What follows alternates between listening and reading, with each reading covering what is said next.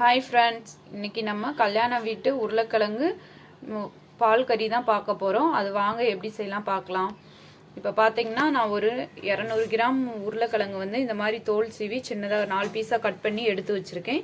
இப்போ ஒரு 50 கிராம் பட்டாணியை வந்து நான் ஊற வச்சு இந்த மாதிரி முளைக்கட்டி வச்சுருக்கேன். நீங்கள் முளைக்கட்டாமல் கூட வச்சுக்கலாம், பச்சை பட்டாணி கூட சேர்த்துக்கலாம். இது வந்து நம்ம குக்கரில் போட்டு ஒரு 2 விசில் விட்டு எடுத்துக்கலாம். இப்போ உருளைக்கிழங்கு பட்டாணி வேக வச்சு எடுத்துட்டோம். இப்போ பார்த்தீங்கன்னா நான் வந்து ஒரு சில் தேங்காய் சில்லை வந்து இந்த மாதிரி சின்னதாக கட் பண்ணி வச்சுருக்கேன். ஒரு 10 முந்திரி பருப்பு, 2 பச்சை மிளகா, 1/2 ஸ்பூன் சோம்பு, 1/2 ஸ்பூன் சீரகம், 1/2 ஸ்பூன் கசகசா, இது எல்லாத்தையும் சேர்த்து தண்ணி ஊற்றி நல்லா வலுவலுன்னு அரைச்சி எடுத்துக்கலாம். பால் கறிக்கு நம்ம தாளிச்சிடலாம். ஒரு கடாய் வச்சுருக்கேன். கடாய் நல்லா சூடாகட்டும். ஒரு 2 ஸ்பூன் எண்ணெய் சேர்த்துப்போம்.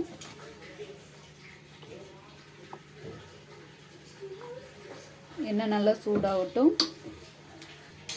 எண்ணெய் நல்லா சூடாயிடுச்சு. ஒரு அரை துண்டு பட்டை சேர்த்துக்கலாம். ஒரு கிராம்பு, ஒரு 1/2 நட்சத்திர பூ சேர்த்துப்போம்.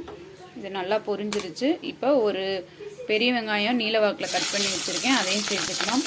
ஒரு பச்சை மிளகாயை இந்த மாதிரி கீறி வச்சு சேர்த்துக்கலாம்.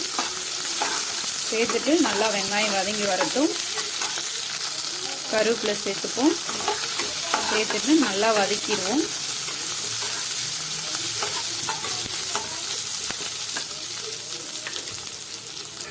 இந்த அளவுக்கு வதங்கினா போதும். நம்ம வேக வச்ச உருளைக்கிழங்கு பட்டாணியை சேர்த்துக்கலாம். சேர்த்துட்டு நல்லா இந்த எண்ணெயிலே வதக்கி விட்டுருங்க. உருளைக்கிழங்கை நல்லா மசிச்சு விடுங்க.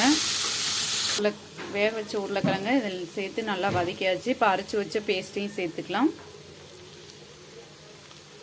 கொஞ்சமாக தண்ணி சேர்த்துருவோம். இப்போ தண்ணி சேர்த்துட்டோம். தண்ணி சேர்த்துட்டு பார்த்திங்கன்னா ஒரு கொதி வந்துடுச்சு.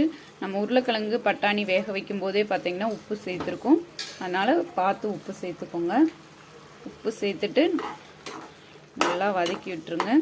இப்போ இதை மூடி போட்டு ஒரு 5 மினிட்ஸ் நல்லா அந்த பச்சை வாசனையெல்லாம் போகட்டும். இப்போ பார்த்திங்கன்னா 5 மினிட்ஸ் மீடியம் ஃப்ளேமில் வச்சுட்டோம். இப்போ ஓப்பன் பண்ணிடலாம்.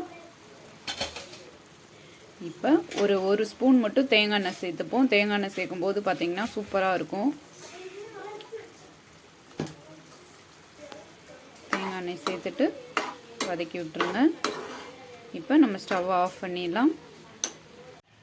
பார்த்திங்கன்னா உருளைக்கிழங்கு பால் கறி ரெடி ஆயிடுச்சு. சூப்பராக இருக்கும்.